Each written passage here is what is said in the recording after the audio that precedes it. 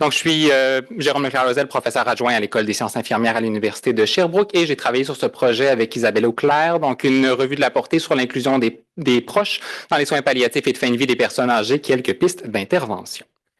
Donc, pas de déclaration de conflit d'intérêt, quelques financements et affiliations, bien sûr. Les objectifs d'apprentissage de cette présentation seront de décrire un aperçu de l'état des connaissances sur l'inclusion des proches dans les soins palliatifs et de fin de vie, ainsi que d'identifier les pistes d'intervention qui pourraient promouvoir l'inclusion des proches dans les soins palliatifs et les soins de fin de vie.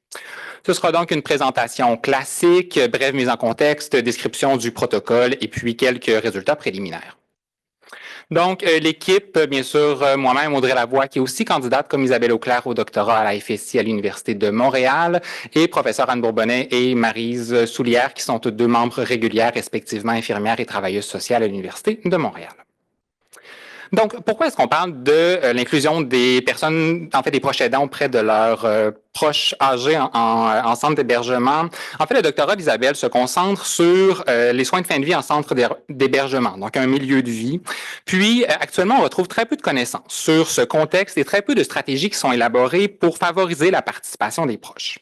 Pourquoi réaliser une revue de la portée sur le sujet? En fait, la revue de la portée, c'est une méthode exploratoire qui vise à faire le plan, donc une forme de mapping systématique de l'ensemble des écrits qui ont été développés sur un sujet donné. Donc, ça permet à Isabelle, dans ce cas-ci, de faire l'exploration large de l'inclusion des personnes proches aidantes auprès de leurs proches en soins palliatifs et soins de fin de vie. Pourquoi s'y intéresser? D'une part, parce que l'inclusion des proches fait partie intégrante de l'approche palliative intégrée. Donc, cette idée de développement des connaissances, des compétences, la capacité des proches à prendre une part active dans les soins palliatifs. Donc, c'était l'objectif derrière ce projet. Donc, le protocole, comme beaucoup de gens, voici un code QR auquel vous pouvez, avec votre téléphone, scanner pour identifier le protocole, pour aller voir le protocole qui a été publié sur BMG Open.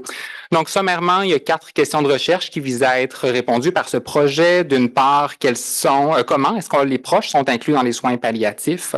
Quel est l'impact que peut avoir cette inclusion? Quels facteurs peuvent influencer l'inclusion? Quelles interventions ont été mises en place pour promouvoir l'inclusion des proches?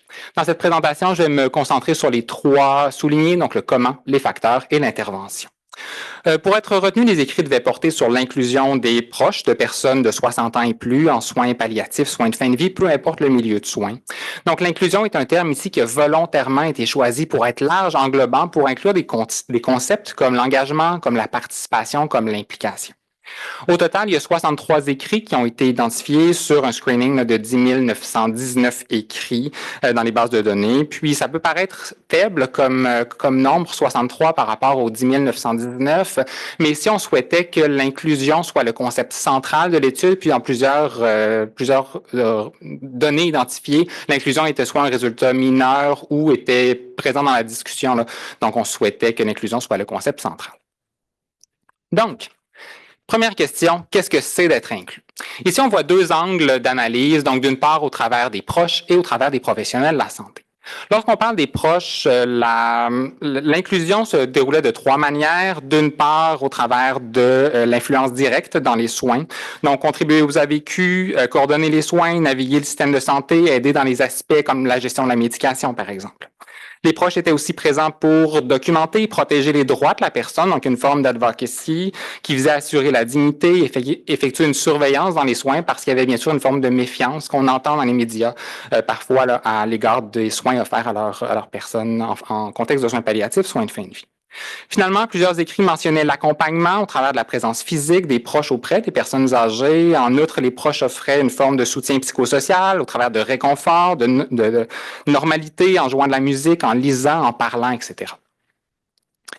26 écrits abordaient l'inclusion au travers des professionnels de la santé. Donc aussi, on parlait de 3 façons différentes. D'une part, de donner de l'information sur les soins palliatifs, les soins de fin de vie, au travers du processus de mort, de la trajectoire de la maladie, des médicaments qui vont être administrés, de l'évolution prévisible et anticipée de l'état de santé, la démonstration des soins directs aussi, qui était quelque chose de très important.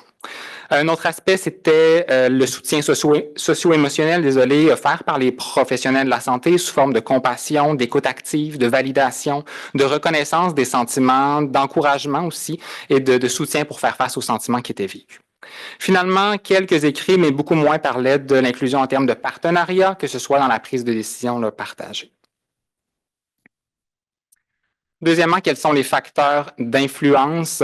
Donc, encore une fois, répartis en trois grands volets. Donc, d'une part, les dynamiques de relation dans une triade proche personne âgée, équipe soignante. Donc, la relation la plus significative était bien sûr proche équipe soignante. Donc, une relation qui devait être empreinte de confiance, de proximité, favorisait l'inclusion des proches. Différemment, lorsque les professionnels sentaient une forme de méfiance, une forme de crainte à l'égard des soins qui étaient offerts, bien, ça pouvait nuire à la relation là, et à la relation qui pouvait mener à l'inclusion des proches. L'attitude l'attitude, je dirais, d'exigence à l'égard des professionnels de la santé pouvait être interprétée de manière négative par les professionnels de la santé, ce qui pouvait être un frein à l'inclusion. Différemment, le besoin de reconnaissance était très important pour les proches, donc une reconnaissance à plusieurs moments pour valoriser les soins souvent invisibles qui étaient faits par les proches et qui étaient quelque chose de nécessaire pour maintenir l'implication à long terme des proches dans les soins. Les ressources étaient un deuxième facteur d'influence. Donc, on parle de ressources sous plusieurs formes. Ressources, que ce soit ressources internes en termes de stratégie de coping, de résilience, de proactivité, de connaissance des proches, de technologie, des pouvoirs légaux, la documentation. Donc, il y avait le terme de ressources prenait plusieurs formes pour favoriser l'inclusion des proches. Et finalement, la disponibilité, qui était le troisième facteur d'influence, qui prenait plusieurs formes. Donc, disponibilité individuelle sur le plan physique, sur le plan émotionnel. C'était facilitant lorsque les proches qui prenaient soin de leurs personnes en soins palliatifs, soins de fin de vie, avaient accès à du répit, qu'il n'y avait pas les exigences d'emploi, que leur emploi pouvait être flexible, qui résidait à proximité de la personne âgée. C'était tous des critères là, qui étaient nommés. Différemment, la culture avait aussi un impact majeur, donc la culture organisationnelle, notamment lorsque les visites sont restreintes, lorsqu'il y a des stratégies qui sont mises en place pour limiter l'accès aux proches, notamment dans le contexte de COVID, là, il y avait quelques écrits qui discutaient cet aspect particulier. Différemment, la culture en termes de plus individuel, donc en termes de tabou, par exemple, à discuter de la mort par rapport au rôle familier aussi, c'était des choses qui étaient discutées, puis qui avaient une influence sur l'inclusion des proches. Et finalement, les éléments d'intervention, donc il y avait très peu de résultats qui abordaient des interventions spécifiques, c'était plus des propositions d'intervention qui devraient être réalisées. L'élément la plus importante, c'était la formation du personnel soignant en soins de longue durée notamment, pour inclure les proches, notamment en termes de stratégies qui devraient être mises en place. Donc la formation, c'est une avenue qui est récurrente d'intervention, notamment des séminaires de soins collaboratifs, formation sur la communication avec les proches notamment, qui sont des choses qui ne sont pas faciles d'emblée, puis qui nécessitent là, une préparation de la part des professionnels. Donc, je termine sur cette diapositive. Combien? Parfait.